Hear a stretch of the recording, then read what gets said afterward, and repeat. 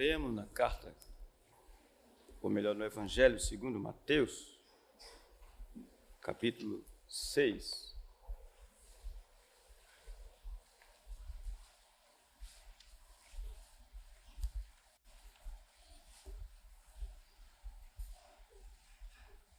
Vou ler a partir do verso 19. Mateus 6, 19. Não acumuleis para vós outros tesouros sobre a terra, onde a traça e a ferrugem corroem, e onde ladrões escavam e roubam, mas ajuntai para vós outros tesouros no céu, onde traça nem ferrugem corrói, e onde ladrões não escavam nem roubam, porque onde está o teu tesouro, aí estará também o teu coração. Ó bondoso Pai Celestial, rogamos-te em nome de nosso Senhor Jesus, que nos conceda o ambiente propício, a quietude necessária, especialmente no nosso íntimo, no nosso interior, a fim de que ouçamos a tua voz. Tira, Senhor, toda barreira que possa impedir do nosso coração ser atingido pela tua palavra, que é a verdade e que vivifica e santifica aqueles que creem no Senhor. Oramos em nome de nosso Senhor e Salvador Jesus Cristo. Amém.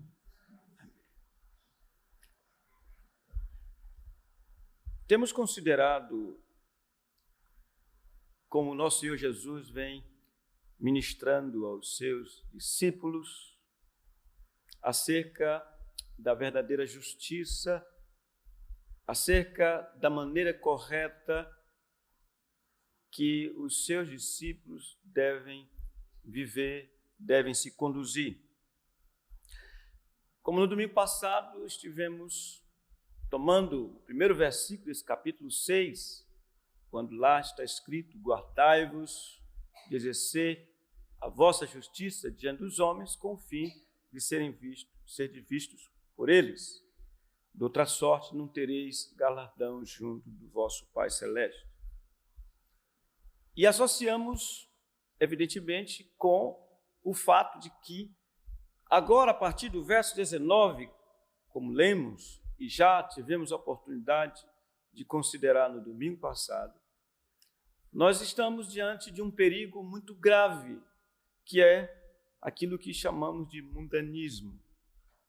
Mundanismo, outra coisa não é senão aqueles pensamentos, atitudes oriundos de uma mente que é terrena, aquela mente que só se preocupa com as coisas terrenas, aquela mente que é contrária à mente de Cristo.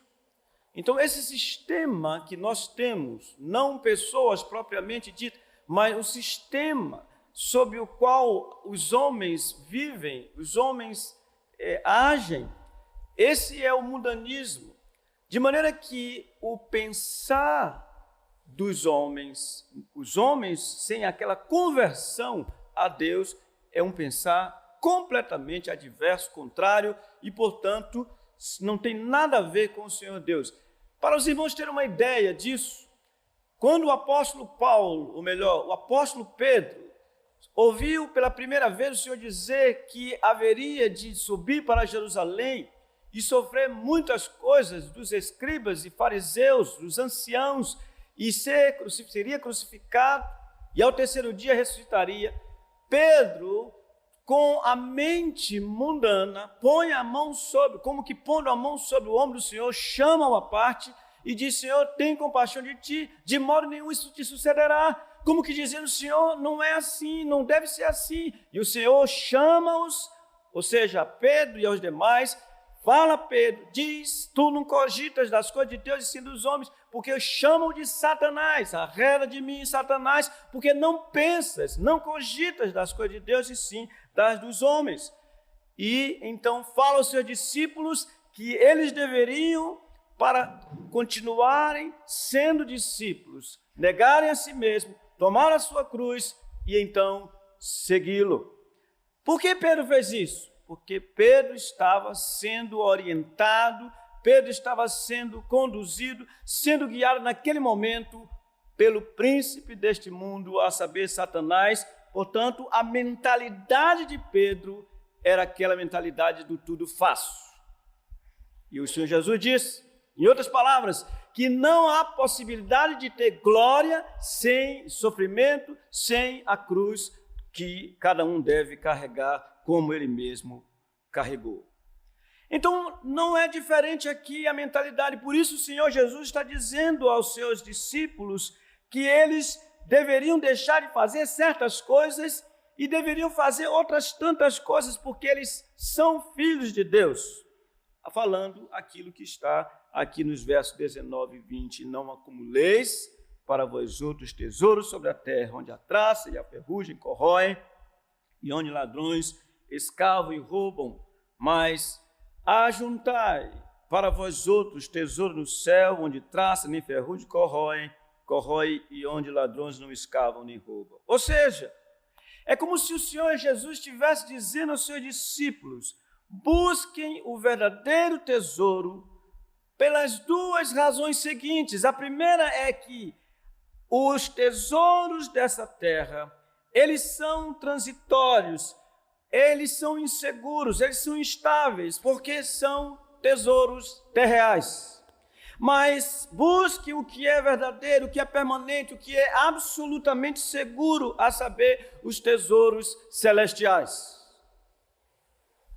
Mas nós queremos, nesta manhã, ou melhor, nesta noite, meus irmãos, considerar como, de forma muito benevolente, o Senhor Jesus foi além dos motivos expostos aqui, nesses versos 19 e 20, chamando aos seus discípulos e dizendo-lhes da necessidade de eles se empenharem por ajuntar tesouros tão somente nos céus.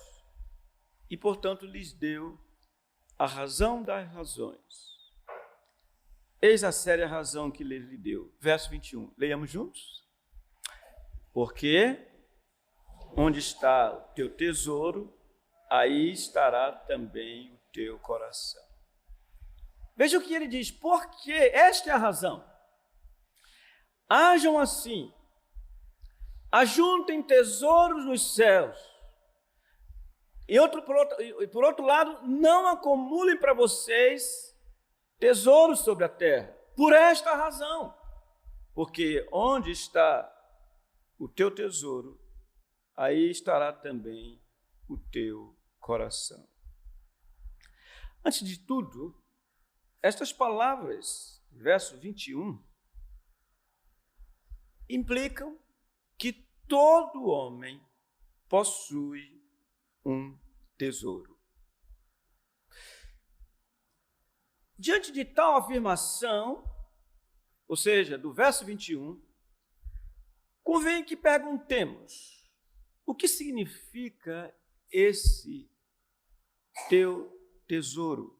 Ele diz: porque onde está o teu tesouro, aí estará também o teu coração. O que significa isso? O teu tesouro, o meu tesouro, é tudo aquilo que absorve meus pensamentos, é tudo aquilo que toma as minhas energias, meus afetos, minha atenção, minha devoção. O teu tesouro é tudo aquilo que se constitui em prioridade para você. O teu tesouro é algo que você tem como alvo. E por este alvo você trabalha, você se esforça.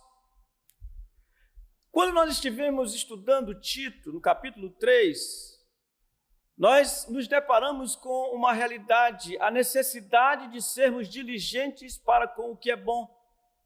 Por quê? Porque, na verdade, todo ser humano,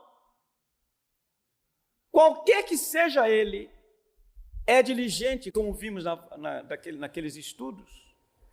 Porque alguém não tem jeito, alguém sempre vai ser diligente, alguém sempre vai se esforçar para fazer o que quer fazer. E nesse sentido aqui, meus irmãos, sem dúvida nenhuma, que toda pessoa tem o seu tesouro e por ele se esforça, nele se coloca, a ele guarda da maneira menor possível.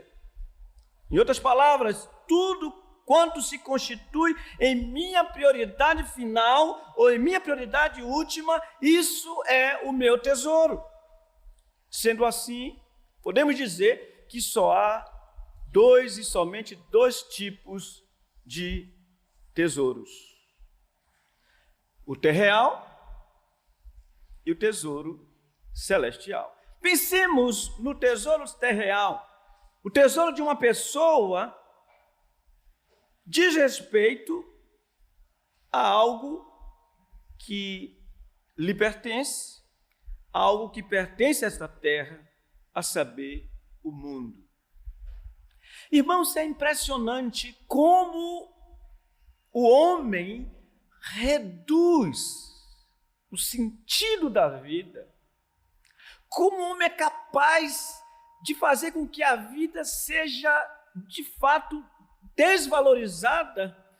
Ele é capaz de fazer com que a vida não tenha sentido de ser. Daí que tudo que pertence a esta terra, o mundo, ou seja, a aquisição de dinheiro, fama, popularidade, prestígio, poder, todas essas coisas exercem uma atração impressionante, de maneira que elas se constituem no tesouro deste mundo, coisas essas que fazem com que os homens busquem-nas, concorram de forma mais selvagem possível na busca dessas coisas. Há um empenho muito grande nesse sentido. Eu já disse aqui, irmãos, e repito, que as pessoas não têm o mesmo empenho com as coisas espirituais. Observem que as pessoas são capazes de se reservarem para segunda-feira estarem em forma a fim de trabalharem. Será que é por causa do trabalho? Será que é porque elas querem se dar, querem servir? A pergunta é, por que não tem o mesmo empenho no dia do Senhor? A questão é simples de responder, chama-se prioridade.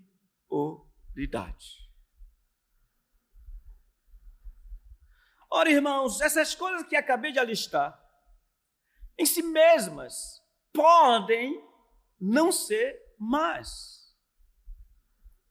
Mas quando alguém faz destas coisas a meta final em todos os seus esforços, então aí está definido o seu tesouro. Em outras palavras, quando quaisquer coisas desse mundo são tomadas como um fim em si mesmas, e não como um meio para se alcançar um alvo maior, então tais coisas são um mal. Exemplo disso é o dinheiro. O dinheiro é bom. Quem disse que a Bíblia em algum lugar afirmou que o dinheiro não é bom? Mas o amor ao dinheiro é a raiz de todos os males. O salário é bom. Daí que a própria Escritura, da boca do Senhor Jesus, disse: digno é o trabalhador do seu salário. No entanto, trabalhar pelo salário e não principalmente para servir, torna o trabalhador, por mais exemplar que ele seja aos olhos dos homens, um mercenário. Ou seja, mercenário, aquele que trabalha sem outro interesse senão o dinheiro, o salário. É o interesseiro. Quanto você vai me dar?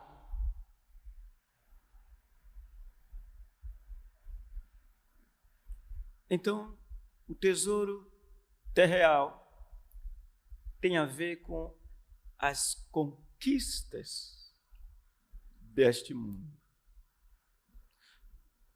Mesmo que essas conquistas sejam coisas, como eu disse há pouco, boas em si mesmas. Estudar é bom? É. Trabalhar, como temos visto, é bom? É.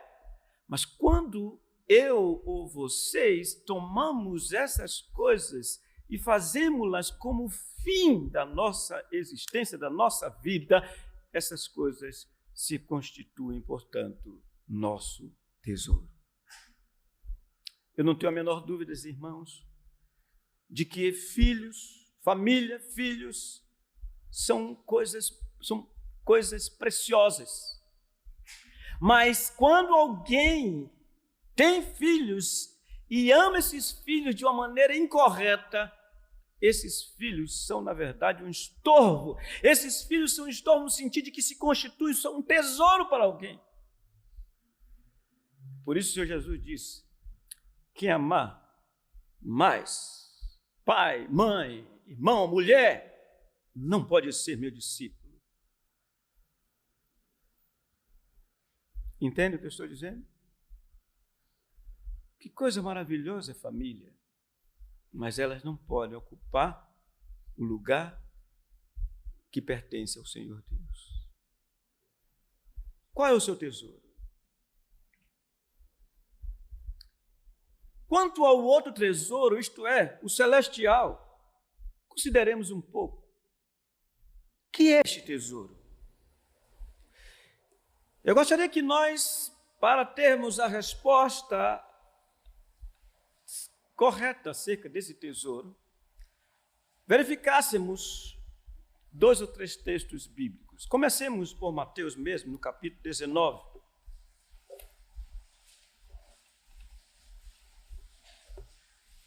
Versículo 16.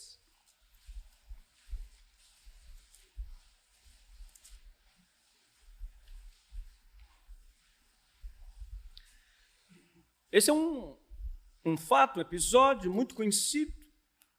Chama-se aqui o jovem rico. E diz o verso 16: e eis que alguém, aproximando-se, lhe perguntou: mestre, que farei eu de bom para alcançar a vida eterna? Respondeu-lhe Jesus: por que me perguntas acerca do que é bom? Bom só existe um. Se queres, porém, entrar na vida, guarda os mandamentos. E ele lhe perguntou: quais? Respondeu Jesus: não matarás, não adulterarás, não furtarás, não dirás falso testemunho, honra teu pai e a tua mãe, e amarás o teu próximo como a ti mesmo. Explicou-lhe o jovem: tudo isso tenho observado. Que me falta ainda? Disse-lhe Jesus: se queres ser perfeito, vai, vende os teus bens, dá-os aos pobres, e terás um tesouro no céu. Depois vem e segue-me. Tendo, porém, o jovem ouvido estas palavras, retirou-se triste por ser dono de muitas propriedades.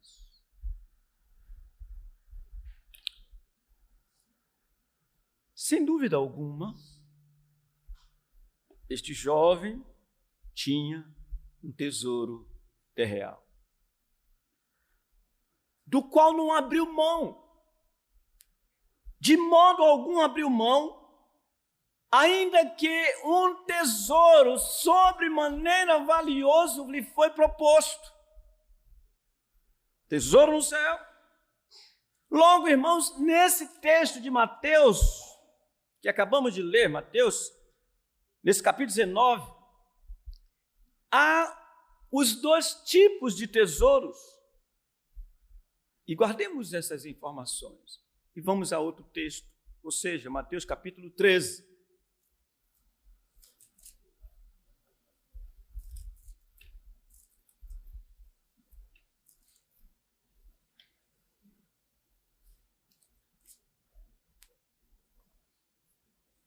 Dando aos seus discípulos uma série de parábolas com vistas a mostrar o significado do reino dos céus, o Senhor, no verso 44, conta mais duas outras parábolas.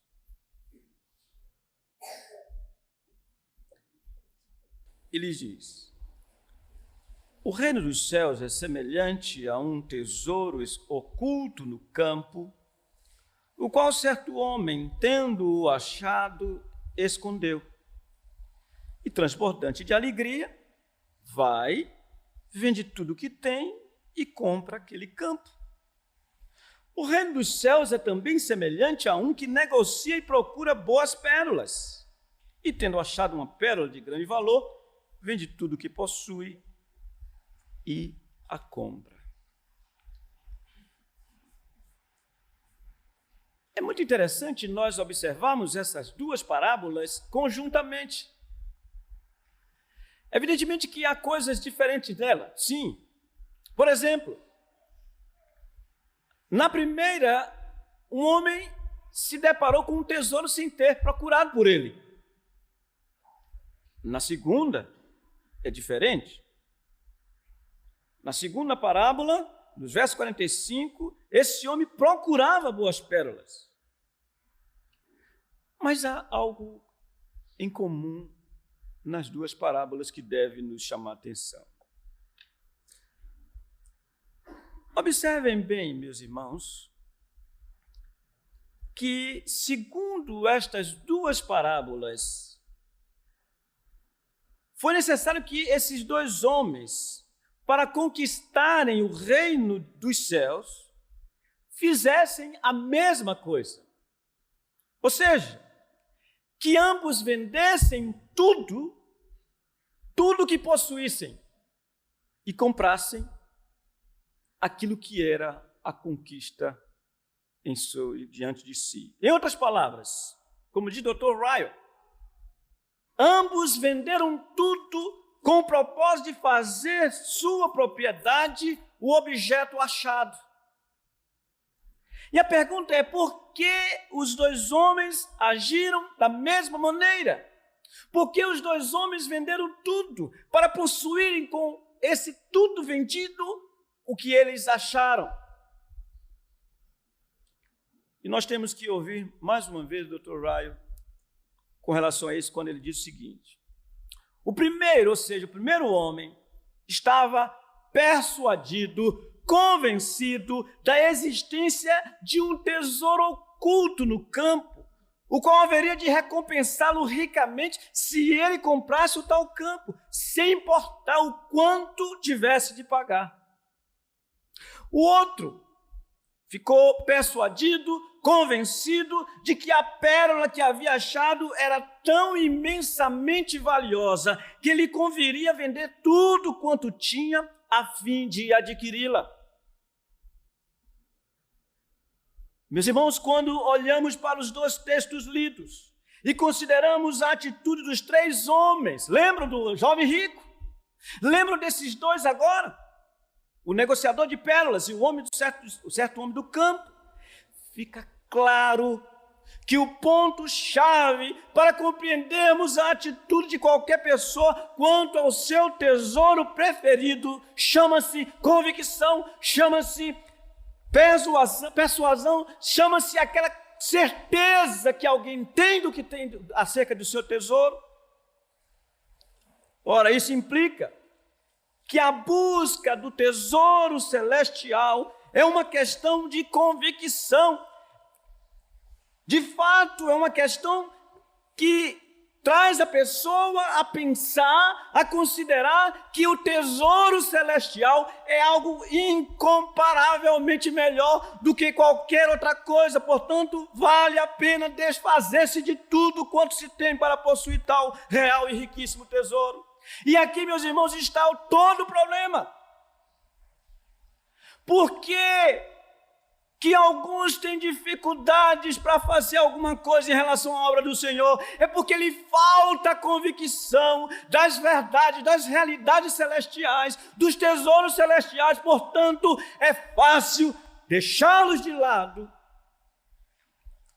e ficar de posse do que é efêmero, passageiro, porque é isso que é o seu tesouro.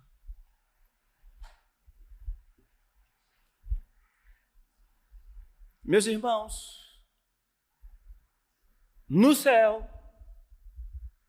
só vai entrar quem na terra fez Deus seu tesouro. Não há possibilidade de ser diferente. Evidentemente que uns podem amar mais o Senhor do que outro,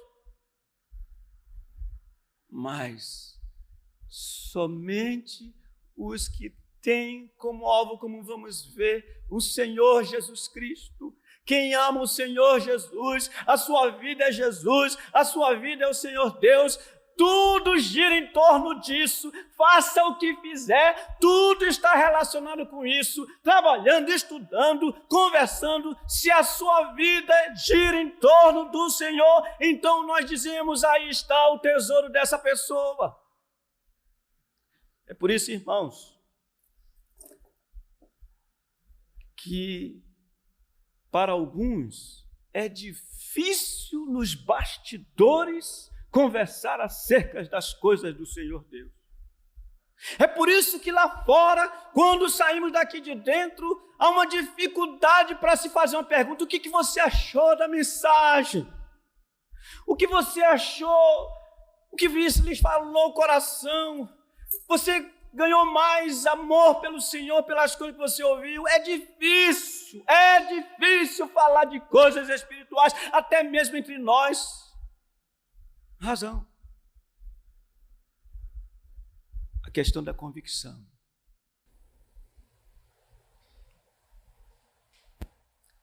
Falta convicção. Mas eu quero mostrar para os irmãos uma ilustração de alguém que tinha convicção, passou a ter esta convicção. E como foi que passou a ter essa convicção? De que o tesouro celestial é de fato inegociável e, portanto, vale a pena vender tudo o que possui para adquiri-lo. Filipenses capítulo 3, por gentileza.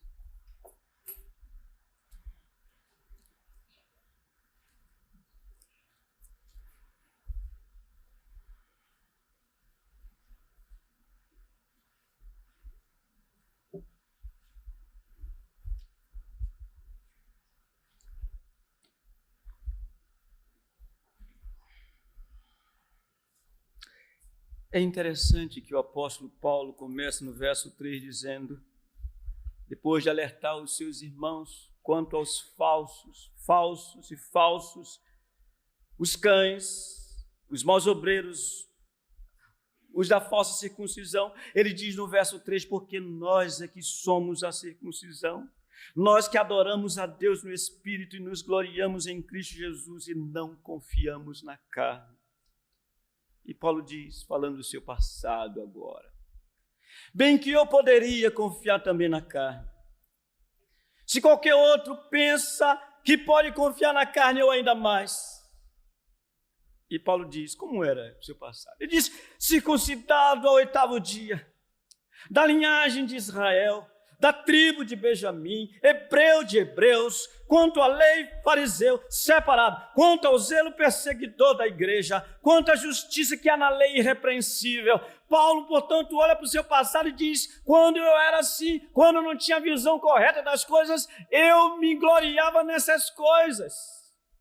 O fato de eu ser nacionalista, sim, porque eu era judeu, eu era de Israel, eu nasci no lugar onde exatamente o primeiro rei de Israel apareceu.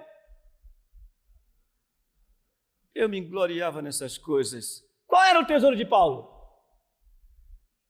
Essas coisas que acabamos de ler nos versos 4 em diante.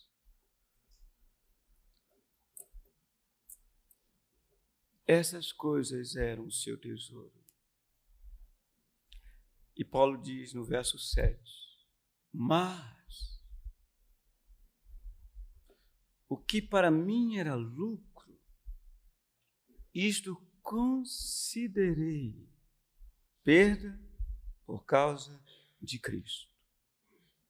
Paulo estava envolvidíssimo com o seu tesouro. Estou relacionado com ele. Até que Paulo pôde, graciosamente, ver algo completamente diferente. E Paulo diz que ele considerou o que ele considerava seu tesouro perda. É o que o verso 7 diz. A ideia aqui é que, segundo os estudiosos, esse verbo considerar significa chegar a um correto juízo baseado num cuidadoso exame dos fatos. Paulo colocou diante de si todo o seu cabedal antigo, passado, e Cristo Jesus. O que Paulo fez? Vendeu tudo que possuía e adquiriu a pérola de grande valor. Agora Paulo é um homem rico e chega a dizer no verso 8, sim, deveras, considero tudo como perda, como refúgio, por causa da sublimidade do conhecimento de Cristo Jesus, meu Senhor, por amor dele, sim, por amor do qual perdi todas as coisas e as considero como refúgio para ganhar a Cristo. Ou seja, quando diz e considera, diz continua ainda considerando-as desta maneira. Então, neste exemplo, nós não só vimos um homem que tinha agora um tesouro celestial e por ele lutava, por ele viveu, mas também vimos como ele fez para tal coisa acontecer. Quando diante dele, repito, esses dois tesouros foram colocados, ele considerou, ele pensou. Ouçam-me, por favor. E eu falo aos que professam, aos que têm ouvido o Evangelho, aos que têm ouvido a palavra do Senhor. Eu falo para os pré-adolescentes, eu falo para os adolescentes, eu falo para os jovens, eu falo para as jovens, eu falo para os adultos, para os casados, para todos.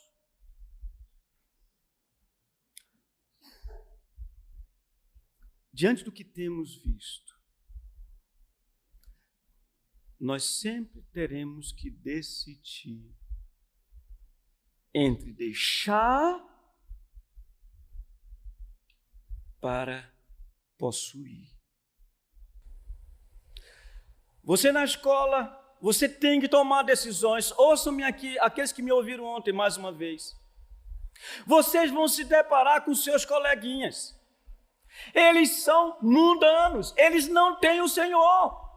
Mas eles vão pressionar você no sentido de você escolher o que eles gostam. Ainda que no coração seu, coração pecaminoso, haja inclinação para o mal, mas você considere essas coisas e se volte para aquilo que tem real valor, aquilo que ainda que com sofrimento você será recompensado, porque é tesouro celestial e ladrão não pode escavar. Não há como a traça atacar, porque está guardado nos céus para aqueles que o Senhor chamou, de maneira que vale a pena deixar essas coisas por causa da sublimidade do conhecimento de Cristo Jesus, como Paulo disse, meu Senhor.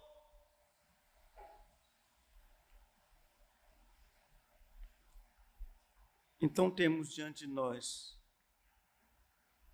o verdadeiro tesouro de todo verdadeiro crente, Jesus Cristo, que eu posso chamar de a pérola de grande valor.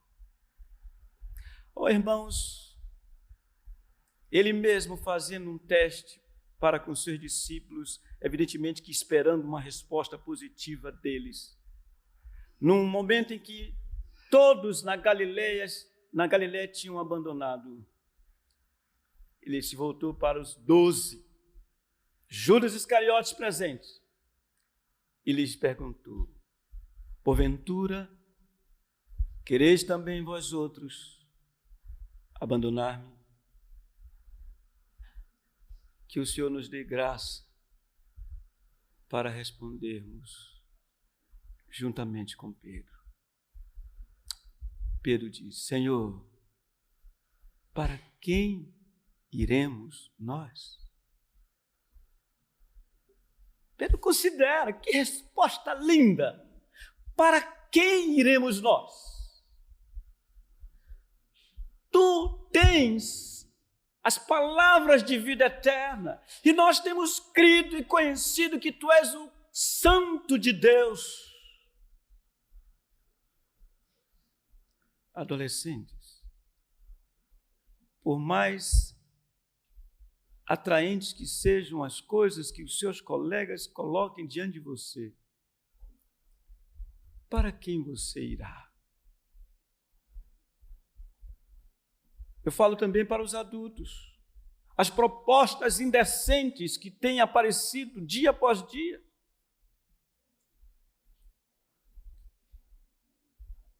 Vejam que nós estamos sempre tomando decisões.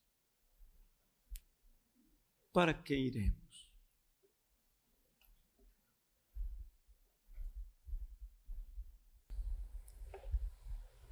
Qual é o seu tesouro? O que de fato ocupa seus pensamentos sobre tudo mais? Finalmente, olhemos para o que o Senhor Jesus, em continuação, disse aos seus discípulos. Em outras palavras, afirmou que o coração do homem sempre será achado, sempre será encontrado junto ao seu tesouro. É uma lei.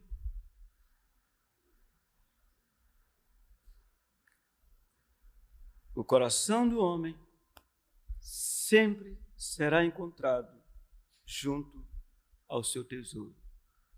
Porque onde está o teu tesouro, aí também estará o teu coração. Domingo passado falamos alguma coisa sobre isso. Falamos, quem é o coração? O Senhor não está falando desse órgão que pulsa constantemente dentro de cada um de nós, o órgão físico, orgânico. Ainda que ele, o coração, do ponto de vista físico, orgânico, seja o centro da vida do homem, em certo sentido, sim. Mas o coração, segundo o texto original, denota o centro de toda a vida, tanto física quanto espiritual. Ou seja, tem a ver com a alma ou a mente como fonte e lugar dos pensamentos, lugar das paixões, desejos, apetites, afeições, propósitos e esforços. Daí que coração tem a ver com vontade. Quando eu e você fazemos alguma coisa, fazemos aquilo que nós queremos fazer. Foi a nossa vontade, o nosso coração empenhado em fazer. Por isso que alguns são enganados pelo próprio coração, porque não querem fazer e vêm com desculpa esfarrapada. Ah, eu não fiz porque, miserável, diga logo, não quis fazer. Sejamos honestos e deixemos de ser hipócritas. Porque a questão é o coração. Então, meus irmãos, é deveras importante que estejamos convencidos, persuadidos de que nosso tesouro não é terreno. Uma vez que fomos graciosamente desarraigados deste mundo pervertido, perverso, e agora, como herdeiros de uma herança celestial, somos apenas peregrinos e forasteiros. Peregrinos, sim, estamos caminhando, não estamos parados, estáticos, estamos caminhando, mas caminhando como forasteiros neste mundo. Quando eu viajo, ou quando algum de vocês viaja e vai para o hotel, pode ser bonito o hotel ou não, nós entramos no hotel, usufruímos do hotel, mas nada no hotel pertence a nós. Se tiver alguma cortesia, podemos usá-la, mas se nada, não tem essa de levar fronha, porque não pertence a nós, pertence ao hotel. Nada de levar qualquer coisa do hotel, porque foi nos alugado por uma noite, 2 noites, sejam quantas noites forem, para que nós utilizemos daquilo, mas com a certeza de que nada nos pertence. Meus irmãos, nossa vida nesse mundo é como uma noite, 2 noites no hotel. Nós podemos usufruir de tudo que aqui tem, porque o Senhor Deus criou todas as coisas para o nosso aprazimento, mas nada, absolutamente nada dessas coisas nos pertence. Filhos são herança do Senhor, mulher foi dada pelo Senhor, é do Senhor, os irmãos não são nossos, são do Senhor, porque Ele comprou com o seu sangue, de maneira que tudo é do Senhor, tudo pertence ao Senhor, e cabe a nós, com muita inteligência, não nos apegarmos a essas coisas, deixando que o nosso tesouro seja simplesmente terrenal ou terreal. E aqui uma palavra aos jovens. Ouçam o que eu vou dizer. Se você, ao entrar ali, seja homem ou mulher, você começa a olhar de ponta a ponta, discretamente ainda que seja, para ver o seu amado ou sua amada, e o seu coração pulsa. Pare, ouça-me, pare. Você está em grande perigo, porque aí está o teu tesouro. Você está fazendo de contas que está adorando o Senhor Deus, mas seu coração está colocado em alguma pessoa específica. Essa pessoa está tirando sua energia, essa pessoa está tirando seus pensamentos, e você se concentra nela ou nele, e isso não é outra coisa senão exatamente o teu tesouro. E eu falo isso como uma regra, não é como experiência, é regra. Eis o que eu vou dizer, aproveitando o gancho. Tomei como propósito na minha vida, sendo solteiro, uma vez crente, que não permitiria, e pedi a graça do Senhor para que fosse como eu estava pensando,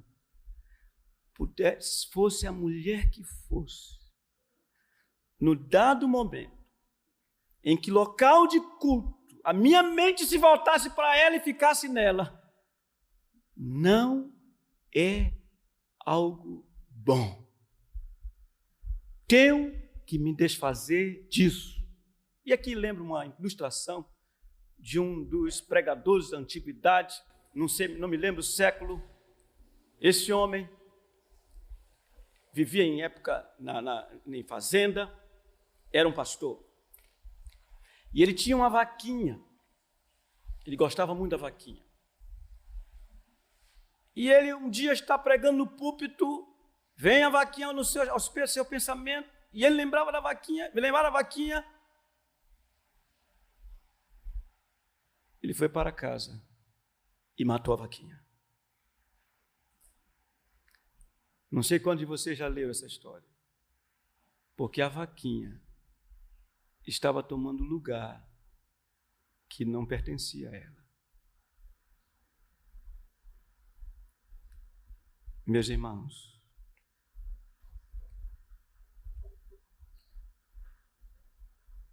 a questão é convicção. O Senhor é Deus. O Senhor é bom.